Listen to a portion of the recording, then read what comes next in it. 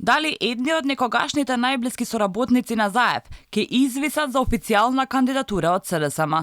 Соопштени се дури 35 имиња, кои социјалдемократите ги номинираа да учествуваат на предстојните локални избори. Но имињата на Саша Богдановиќ за Центар, Максим Димитриевски за Куманово, Златко Марин за Аеродром, како и Стефан Богоев за Карпош, засега не се дел од таа листа. Актуелните градоначалници, кои ја поднесоа својата кандидатура во партијата за втор мандат, очекуваат поддршка од ЗАЕП и раководството, но дали ќе ја добијат, останува отворено прашање, затоа што никој од нив, барем досега, во ниедна фаза не е објавен. Се погласни за шпекулациите дека кандидатурите ќе им бидат доделени на други лица.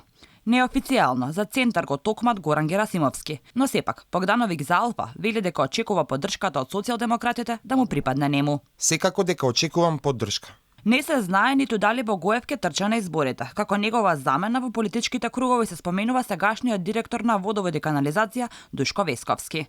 Не се знае ни дали Димитриевски ќе успее да добие шанса за повторно да се бори за градоначалничката фотелја. И покрај несогласувањето со актуелното партиско раководство, тој ја очекува нивната поддршка. Секако очекувам поддршка. Детално кога и како ќе биде соопштено. Ќе се информирате во мојата партија.